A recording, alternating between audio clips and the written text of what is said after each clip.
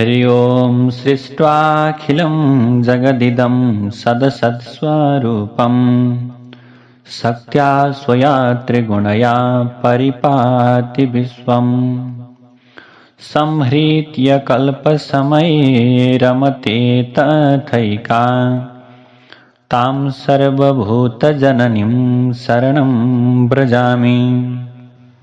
श्रीमद्देवी भागवत महापुराण को तृतीय स्कंद को 16औं अध्यायमा व्यासजीले भन्नुहुन्छ, लीलावतीका पिता युधाजित युद्ध मैदानबाट फर्केर अयोध्या आए।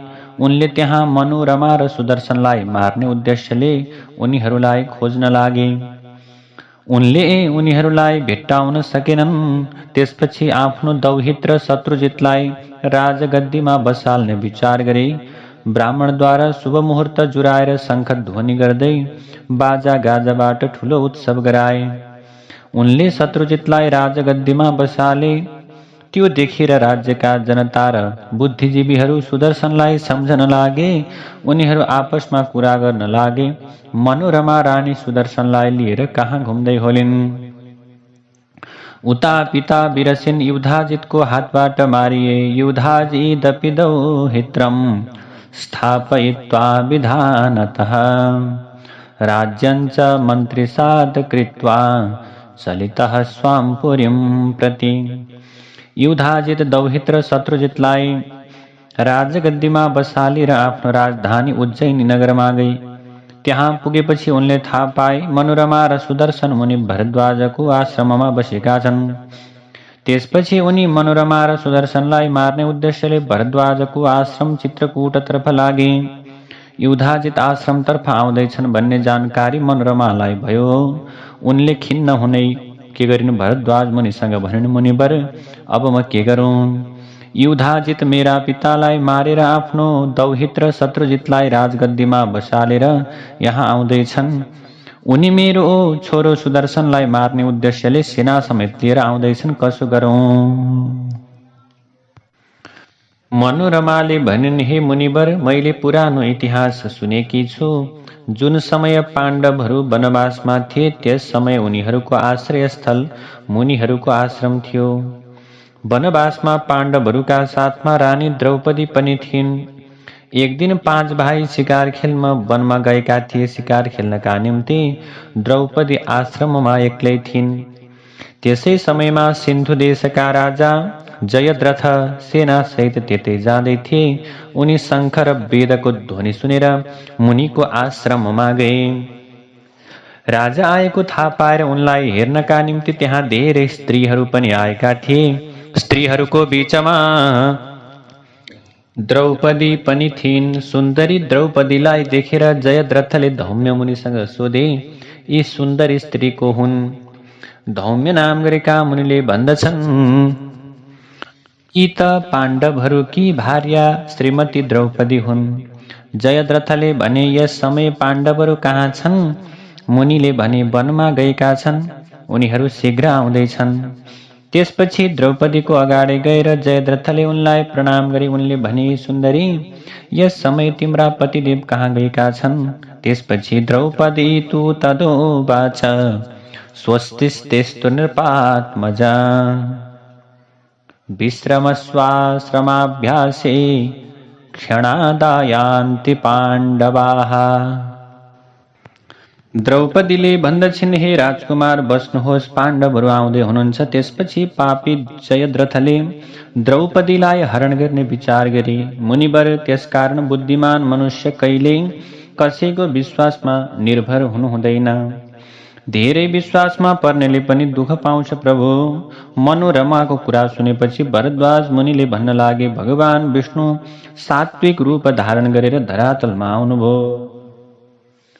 कश्यपको घरमा उहाँको अवतार भयो। राजा बलिलाई छल्नका निम्ति उहाँले वामन अवतार लिनु भएको थियो। हेर, मानिसमा जब लोभ पैदा हुन्छ उसले पापको डर मान्दैन। मनोरमाले भन्दछिन्, हे मुनि, यसै कारण मेरो मन आत्तिएको छ। म माथि कृपा गरेर युधाजितलाई घर फर्काइदिनुहोस्। हे विप्रवर, जानकी सीता जसरी वाल्मीकि मुनिको आश्रममा थिइन् त्यसै गरी म पनि बालक छोरो सहित यहाँ निर्भय भएर बस्न सकूं। मनोरमाको वचनलाई सुनेर भरद्वाज मुनिले युधाजित समक्ष गएर भने, तपाईँ आफ्नो घर फर्कनुहोस्। यो प्रकारको कुरालाई सुनेर युधाजितले भन्दछन्, मुने मुञ्च दृढं सौम्य विसर्जय मनोरमाम् न च यास्याम्यहं मुक्त्वा नेस्याम यद्य बलात् पुनः। हे मुनिवर, आश्रमबाट मनोरमालाई निकालिदिनुहोस्। यदि मैले भनेको नमानेमा म उनलाई बलपूर्वक खोसेर लैजानेछु। मुनिले भन्दछन्, शक्ति छ भने मनोरमालाई बलपूर्वक मेरो आश्रमबाट लैजाऊ। मुनिको वचन सुनेपछि युधाजितले आफ्ना वृद्ध मन्त्रीलाई बोलाएर भने, तिम्रो बुद्धि विलक्षण छ। यस अवसरमा मैले के गर्नु उचित छ? मन्त्रीले भन्दछन्, राजन, सहसा कुनै काम गर्नु हुँदैन। गाधीका छोरा विश्वामित्र प्रसिद्ध राजा भइसकेका छन्। एक समयको कुरा हो, राजा विश्वामित्र घुम्दै घुम्दै वशिष्ठ ऋषिको आश्रममा पुग्नुभयो। त्यहाँ कामधेनु थिइन्। ती नन्दिनीबाट खाने पिउने सम्पूर्ण प्रकारका वस्तुहरू प्राप्त हुन्थे।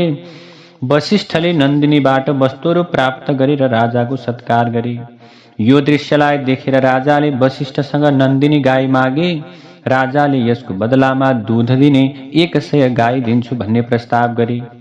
तर वशिष्ठले भन्दछन्, यी गाई त होमका लागि हविष्यान्न प्रदान गर्नका निम्ति मैले ल्याएको हुँ, त्यसैले मैले गौमाता दिन सक्दिन। त्यो भनिसकेपछि राजाले भने, त्यसो हो भने म बलपूर्वक छिनेर लैजान्छु। वशिष्ठले भन्दछन्, राजा, तिम्रो इच्छा जे छ गर। राजाले सेवकलाई आदेश दिए। उनीहरूले गाईलाई समाते। नन्दिनी काँप्न लागिन्। उनका आँखाबाट आँसु झर्न लागे। नन्दिनीले वशिष्ठलाई भनिन्, हजुरले मलाई किन त्याग्न खोज्नुभयो? वशिष्ठले भन्दछन्, तिमीलाई मैले त्याग्न खोजेको होइन माता, राजाले जबरजस्ती लैजाँदैछन्। त्यसपछि वशिष्ठले राजालाई भने, ईर्ष्या किं नृप श्रेष्ठ यद्भाव्यं तद्भविष्यति। वज्रं तृणायते राजन् दैवयोगान्न संशयः। तृणं वज्रायते क्वापि समये दैवयोगतः। जुन कुरा हुनेछ भएरै छाड्छ। कहिले तृण पनि वज्र बन्दछ, कहिले वज्र पनि तृण हुन सक्छ। तसर्थ ईर्ष्याबाट कहिल्यै पनि हित हुँदैन। वशिष्ठको कुरा सुन्नासाथ नन्दिनीको शरीर कम्पायमान भयो। उनी ठूलो स्वरले डुक्रन लागिन्। नन्दिनीको शरीरबाट डरलाग्दा दैत्यहरू प्रकट भए। तिनीहरूले विश्वामित्र राजाका सबै सेनाहरूलाई समाप्त पारिदिए। नन्दिनी बन्धनमुक्त भइन्। त्यसपछि विश्वामित्रलाई ग्लानि भयो। अत्यन्त दुखी भएर घरतर्फ फर्किए। यसरी प्रभु यस घटनाले गर्दा विश्वामित्रले क्षत्रियहरूको घोर निन्दा गरे। यसरी के भयो त भने उनी निन्दा गरी अत्यन्त प्रकारले उनीहरूको निन्दा गर्न थाले।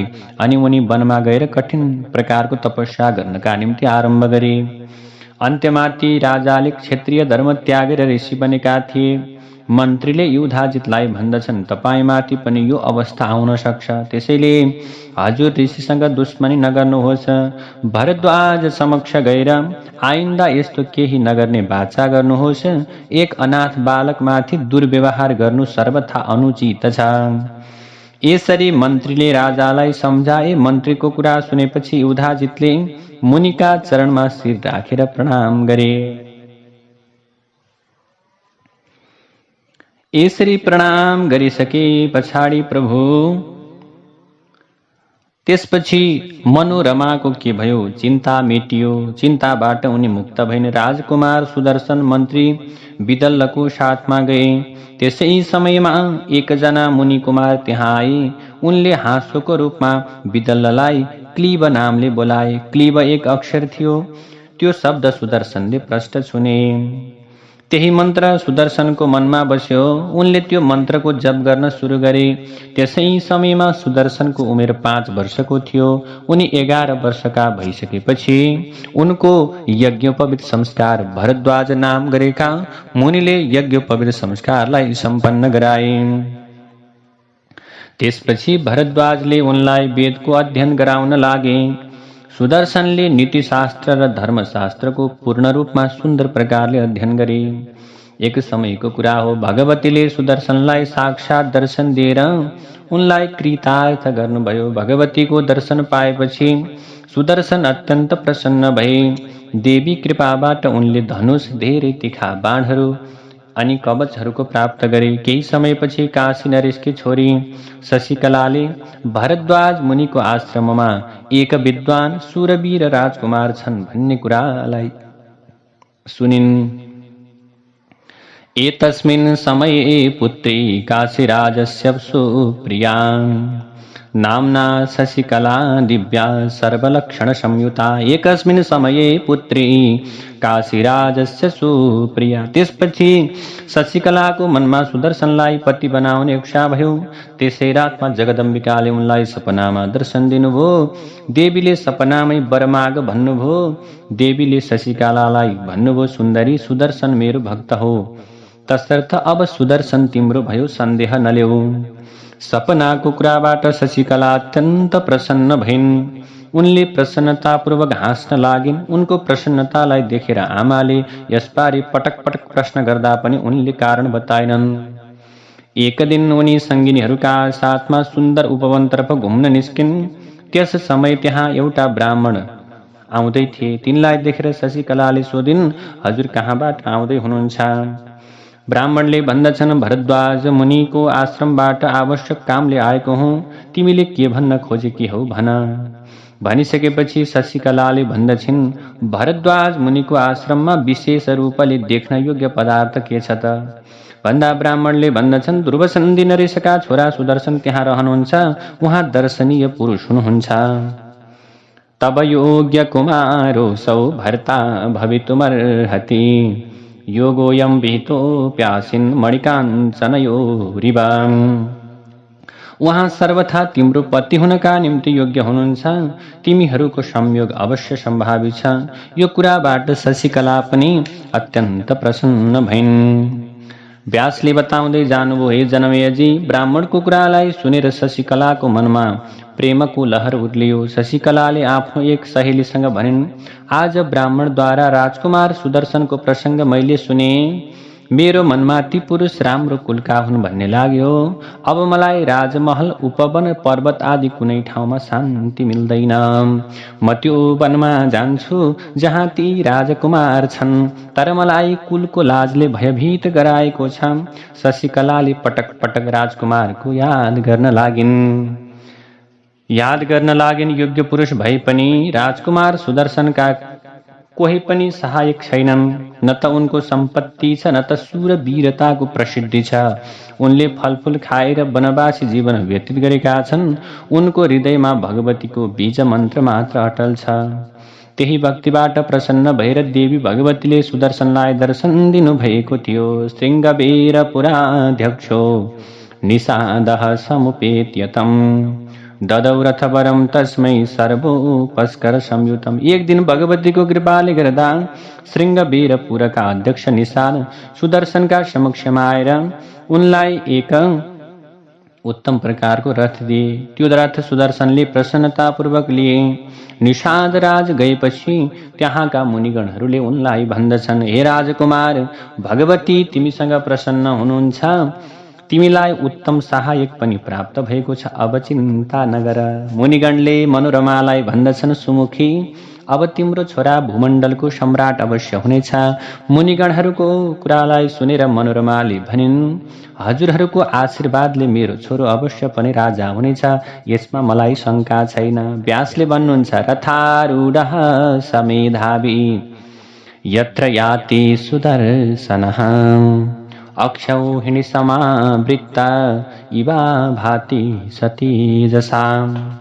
राजन, निषादद्वारा प्राप्त रथमा राजकुमार सुदर्शन जहाँ जहाँ जान्थे उनको साथमा अक्षौहिणी सेना भए जस्तो देखिन्थ्यो। यो देवीको क्लीम बीज मन्त्रको शक्तिबाट भएको हो। जसले राम्रो गुरुसँग यो मन्त्रको दीक्षा लिएर शान्त चित्तले जप गर्दछ, उसका साराका सारा कामनाहरू पूर्ण हुन्छन्। यता शशिकला विवाह योग्य भएकी हुँदा उनका पिता सुबाहुले उनको विवाहका लागि स्वयंवरको कार्यक्रमको आयोजना गरे। चारैतिर प्रचार प्रसार पनि गराए। स्वयम्वर 3 प्रकारको हुन्छ। इच्छा स्वयम्वरमा कन्याले स्वयम्वर चुन्दछिन्। प्रण स्वयम्वर रामले धनुष तोडेर सीतासँग विवाह गरे जस्तो हुन्छ र शौर्य शुक्ल स्वयम्वरमा जो शूरवीर छ उसले बलपूर्वक कन्यालाई हरेर लैजान्छ। पछिल्लो स्वयम्वर वीरहरूका लागि मात्रै हो। महाराज सुबाहुले दरबारमा शशिकलाका लागि इच्छा स्वयम्वरको योजना बनाए। अब शशिकलाको मन उद्विग्न भयो। उनले सहेलीद्वारा आफूले ध्रुवसन्धि कुमारलाई पतिका रूपमा वर्ण गरिसकेको कुरा आमालाई जानकारी गराइन्। सो कुराको जानकारी रानीले पति सुबाहुलाई गराइन्।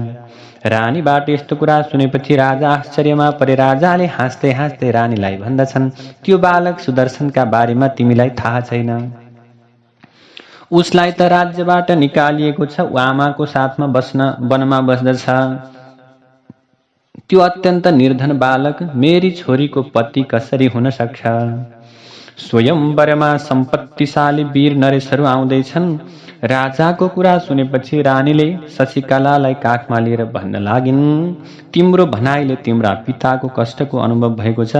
तिमीले जो प्रकारको कुरा भन्यौ मैले पिताजीलाई सुनाएँ। तिम्रो जो प्रकारको कुरा छ त्यो कुराले पितालाई कष्टको अनुभव भइरहेको छ, दुःख लागिरहेको छ। किनकि सुदर्शन मन्दभागी राजच्युतर आश्रयहीन बालक पो रहेछ। यस समय सुदर्शनको भाइले कोशल देशको राज्य चलाएको छ र ऊ अत्यन्त सुन्दर पनि रहेछ। यसरी आमाको कुरालाई सुनेपछि अब शशिकलाले भन्दछिन्, मातर ममेप्सितः कामम वनस्थोपि नृपात्मजः शर्याति वचनेनैव सुकन्या च पतिव्रता। हे आमा, मलाई त्यो वनवासी राजकुमार नै अभिष्ट छ।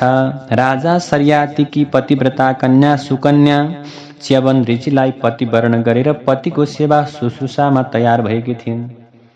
त्यस्तै म पनि गरिब नै भए पनि पतिको सेवामय जीवन व्यतीत गर्नेछु। सुदर्शनलाई पतिका रूपमा वर्ण गर्नका निम्ति देवी भगवतीले मलाई सपनामा आज्ञा दिइसक्नु भएको छ। यसरी धेरै उदाहरण दिएर उनले आमालाई भनिन्, मैले सुदर्शन बाहेक अरूसँग विवाह गर्दैन आमा। त्यसपछि रानीले छोरीको सबै कुरा राजालाई भन्दछिन्। स्वयम्वरको समय नजिक आएको हुँदा शशिकलाले एक ब्राह्मणलाई भरद्वाजको आश्रममा पठाइन्। उनले ब्राह्मणलाई भनिन्, मेरो सन्देश सुदर्शनलाई दिनु। मेरा पिताले स्वयम्वरको सारा तयारी गरिसक्नु भएको छ। मेरो विवाहका लागि स्वयम्वरमा धेरै धेरै बलशाली राजाहरू आउँदैछन्, तर मैले उहाँलाई पतिको रूपमा वर्ण गरेकी छु। देवी भगवतीले पनि मलाई सपनामा भनिसक्नु भएको छ, उहाँ देवतुल्य राजकुमार मेरा अवश्य पनि पति हुनुहुनेछ। विष खानु अथवा बलिरहेको आगोमा आफूलाई होम्नु सम्भव छ, तर माता पिताले नमाने पनि म उहाँलाई छोडेर अरू कसैलाई पति बनाउनका निम्ति वर्ण गर्नका निम्ति तयार छँदै छैन। यसरी शशिकलाले यस्तो प्रकारको सन्देश ब्राह्मणद्वारा भरद्वाज मुनिको आश्रममा पठाइन्। भरद्वाजको आश्रममा पुगेर ब्राह्मणले सुदर्शनलाई देखे अनि भन्दछन्, शशिकलाले आजैका दिनमा हजुरलाई आउनका निम्ति भनेकी छन्। सन्देश पाइसकेपछि सुदर्शन के गरे, स्वयम्वरका निम्ति जान तयार भए। उनकी आमा मनरमा अत्यन्त आत्तिन लागिन्। उनले अश्रुधारा खसाल्दै भन्न लागिन्, बाबु तिमी मेरा एकमात्र सहारा हौ। तिमी एक मात्रै सहारा छौ। तिमी मात्रै मेरो जीवन हौ, सहारा हौ बाबु।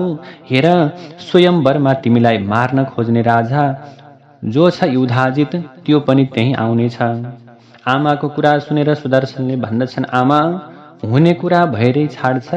भगवतीको जगदम्बा अथवा भगवती जगदम्बिकाको आज्ञालाई मानेर नै म स्वयम्वरमा जाँदैछु आमा। जसरी हुन्छ भगवतीको कृपाले गर्दा मेरो मनमा डर छैन, किनभने भगवती जगदम्बिकाको कृपा रहुन्जेल के को डर, के को भय। यसरी उनले आमालाई अत्यन्त सान्त्वना दिँदै के गरे, रथमा आरोहण गरे, रथमा चढे। सर्वदा सर्वदेशेषु यातु त्वां भुवनेश्वरी महामाया जगद्धात्री सच्चिदानन्द रूपिणी। आमाले आत्तिँदै भन्न लागिन्, त्यहाँ कुनै विवाद भएमा भगवतीले तिम्रो रक्षा गरून् छोरा, म पनि तिम्रो साथमा जान्छु, मलाई पनि सँगै लैजाऊ। आफ्नी धाइका साथमा तीनैजना हर्षपूर्वक काशी पुगे। उनीहरू आएको समाचार सुनेपछि सुबाहुले स्वागतको कार्यक्रम गरे। स्वयम्वरमा देश देशान्तरबाट आएका राजाहरूसँग सुदर्शनले भेट गरे। त्यहाँ दौहित्रको साथमा युधाजित पनि आएका थिए। त्यहाँ उपस्थित धेरै राजकुमारहरू आपसमा कुरा गर्दै भन्न लागे, हेरौँ त राजकुमार सुदर्शन पनि शान्तिपूर्वक यहाँ आएको छ। सर्वसम्पन्न अत्यन्त धनाढ्य राजाहरूलाई छोडेर, राजकुमारहरूलाई छोडेर के यो निर्धन भएको धन्न भएको सुदर्शनलाई राजकुमारीले मन पराउलिन् त? यसरी एक आपसमा कुरा गर्न लागे। राजाहरूले यसरी कुरा गरेकै समयमा युधाजितले अरूलाई सुनाउँदै भन्दछन्, म यो सुदर्शनलाई जसरी हुन्छ मृत्युको मुखमा पुर्याइदिन्छु। युधाजितको त्यो प्रकारको कुरालाई सुनेपछि केरल नरेशले भन्दछन्, राजन, कन्यालाई इच्छा अनुसार पति वरण गर्न स्वयम्वर रचिएको छ। यहाँ युद्ध गर्नु हुँदैन। यहाँ त युद्ध गर्नु अनुचित छ। बलपूर्वक कन्यालाई प्राप्त गर्न सकिँदैन। राजन, हजुरले अन्यायपूर्वक सुदर्शनलाई राज्यबाट हजुरले निकाल्नुभयो। ककुस्थोऽयं महाभाग कोसलाधिपते सुतः कथमेनं राजपुत्रं हनिष्यति निरागसम्। रघुवंशमा उत्पन्न सुदर्शन पनि कोसलराज ध्रुवसन्धिका छोरा हुन्। यी निरपराध कुमारलाई हजुरले कसरी मार्नुहुन्छ? विवेकी पुरुषले यस विषयमा परस्पर द्वेषभाव गर्नु सर्वथा अनुचित छ। यसरी केरल नरेशले सम्झाएपछि युधाजितले भन्दछन्, हे केरल नरेश, निश्चय नै तपाईँ राजाहरूमा सत्यवादी हुनुहुन्छ, तर भन्नुहोस् त, योग्येषु वर्तमानेषु कन्यारत्नं कुलोद्भवः अयोग्योर्हति भूपाल न्यायोऽयं तव रोचते। भन्नुहोस् हजुरले, सम्भ्रान्त राजाहरू हुँदाहुँदै यी कन्या रत्नलाई कुनै अयोग्य व्यक्तिले लैजानु के उचित छ त? के यो न्यायसङ्गत हुन्छ त? के सुदर्शन यी कन्या रत्नका लागि योग्य छ? हेर्नुहोस्, ब्राह्मणको बल वेद हो, राजाहरूको बलले धनुषसँग सम्बन्ध राख्छ भने के मैले भनेको कुरा अन्यायपूर्ण छ त? यसरी राजाहरूमा परस्पर विवाद हुँदै गयो। त्यसै समयमा राजा सुबाहुलाई राजसभामा बोलाइयो। राजाहरूले सुबाहुलाई भने, राजन, स्वयम्वरको काम किन ढिलो भएको हो? हजुर छोरी कसलाई दिने विचारमा हुनुहुन्छ र? त्यसपछि राजा सुबाहुले भन्दछन्, राजाहरू, मेरी छोरीले सुदर्शनलाई पति चुनेकी रहेछ। सुदर्शन पनि यहाँ आएका छन्। उनको साथमा एकजना पनि सहायक छैनन्। यस अवस्थामा भन्नुहोस् मैले के गरौँ? यो कुरालाई सुनेपछि राजाहरूले सुदर्शनलाई बोलाएर सोधे, राजकुमार, यहाँ त तिमीलाई कसले बोलायो? न तिम्रा सेना छन्, न त तिम्रा मन्त्री छन्, न तिम्रो खजाना छ, न त तिमी बलवान नै छौ। तिमी के गर्न चाहेका छौ? तिमी यहाँ किन आएका हौ? हेर त, राजकुमारीलाई पाउनका निम्ति त यहाँ के भएको छ? राजकुमारीलाई प्राप्त गर्नका निम्ति त तिम्रो भाइ शत्रुजित पनि आएको छ। उसको सहायता गर्न युधाजित आएका छन्। राजाहरूको वचन सुनिसकेपछि सुदर्शनले भन्दछन्, शक्ति भएका, सहायक भएका, खजाना भएका, बल भएका दक्ष लोक रक्षक राजाहरू माथिका सबै साधनको मसँग अभाव छ। तर पनि स्वयम्वरको समाचार सुनेर म त यहाँ हेर्न आएको हुँ। मलाई देवी भगवतीले माताले सपनामा आज्ञा दिनुभएको हुँदा म यहाँ उपस्थित भएको हुँ। राजाहरू, यो सम्पूर्ण जगतमा मेरो कोही शत्रु छैनन्। आदरणीय राजाहरू, जे हुने हुनामी छ त्यो अवश्य भएरै छाड्छ। जय पराजय लज्जा न मे त्राणोऽपि पार्थिवः भगवत्यास्तु लज्वास्ति तदधीनोऽस्मि सर्वथा। म हजुरहरूलाई सत्य कुरा भन्दछु, म देवीको के छु, अधीनमा छु। त्यसैले भगवतीको आज्ञाले नै म यहाँ उपस्थित भएको हुँ। मलाई हुने हुनामी अवश्य हुन्छ भन्ने कुरा छ। त्यसैले मलाई जय र पराजयसँग कुनै पनि सम्बन्ध छैन। सबै राजाहरूले सुदर्शनको कुरालाई बुझे। त्यसपछि उनीहरूले भन्दछन्, राजकुमार, तिमी अत्यन्त सज्जन छौ। तिम्रो वाणीमा सत्यता छ। परन्तु उज्जयिनीका राजा तिमीलाई मार्न चाहन्छन्। हामीहरू तिमीमाथि दयाभाव राख्दछौँ, अब यस विषयमा तिमी आफै सोच। तब सुदर्शनले भन्दछन्, राजाहरू, कहिल्यै पनि कुनै प्राणी कसैले मार्दैमा कहिल्यै मर्दैन। सारा जगत त के छ, दैवको अधीनमा छ। तत्त्वदर्शी विद्वानले कर्मका 3 प्रकारका भेदहरू बताएका छन्। एउटा सञ्चित कर्म, एउटा वर्तमान कर्म, अर्को प्रारब्ध कर्म। त्यस्तै काल, कर्म, स्वभाव यी 3बाट सम्पूर्ण जगत स्थिर छ। काल नआइकन देवताहरूले पनि कसैलाई मार्न सक्दैनन्। स्वकर्म फलयोगेन प्राप्य दुःखम अचेतनम निमित्त कारणे वैरम करोति अल्पमतिः किल। शत्रुता पनि निमित्त मात्र हो। कसैको हातबाट कसैको मृत्यु भयो भने त्यो त निमित्त मात्र हो। सबैलाई मार्ने अविनाशी काल नै हो।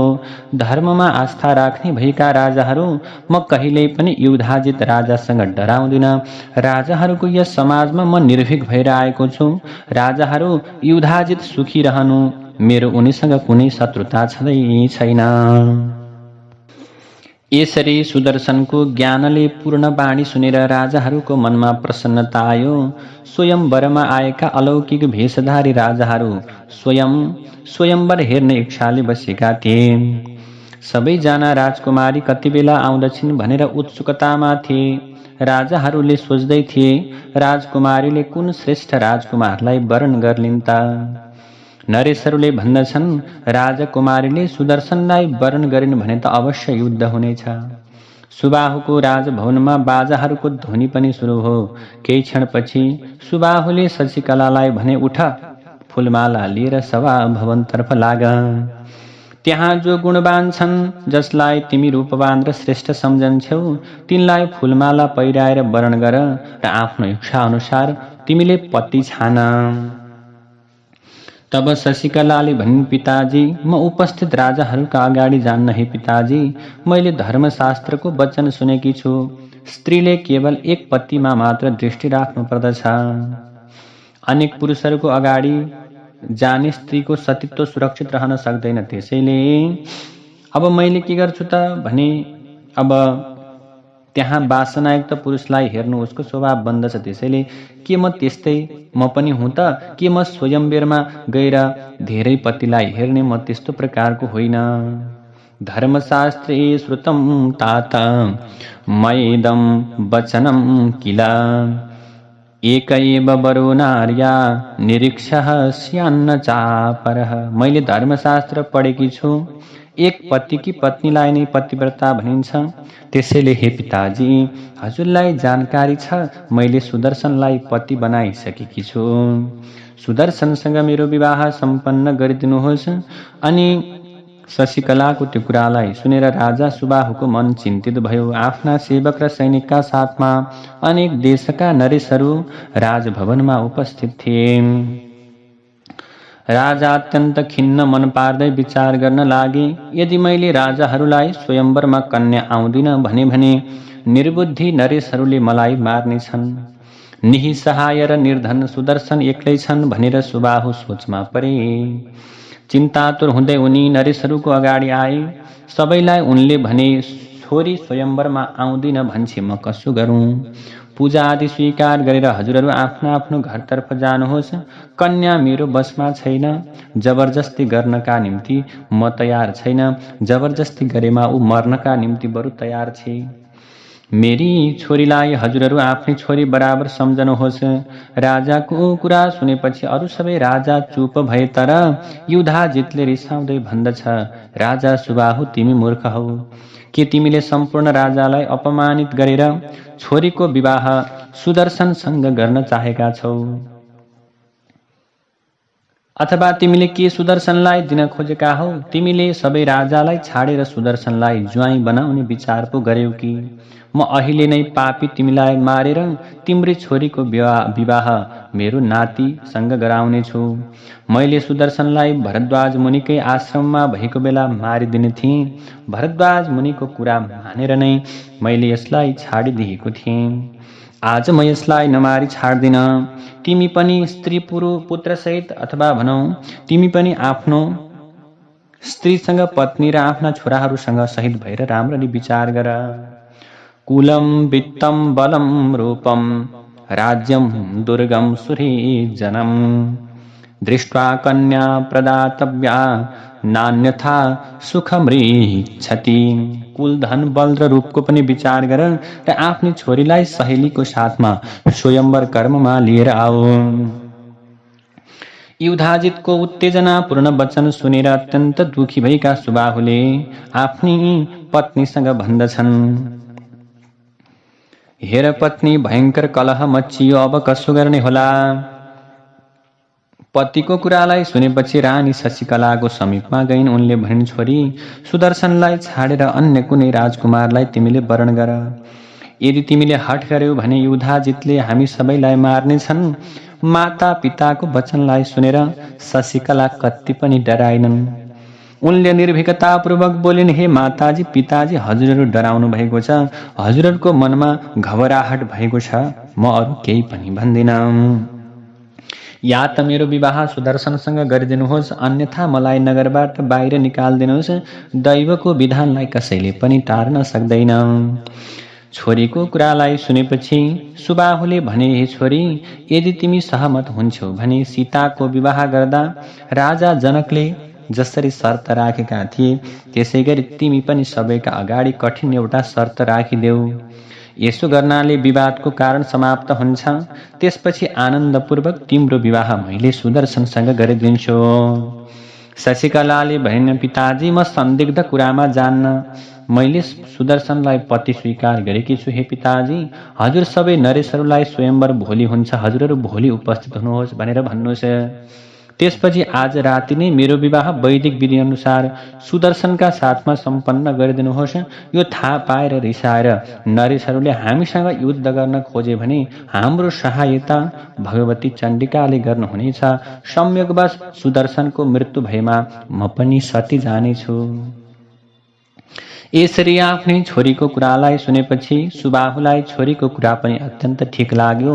उनले छोरीको भनाइ अनुसार नै अबका कामहरू गर्ने र सोही अनुसार चल्ने प्रकारको निर्णय गरे।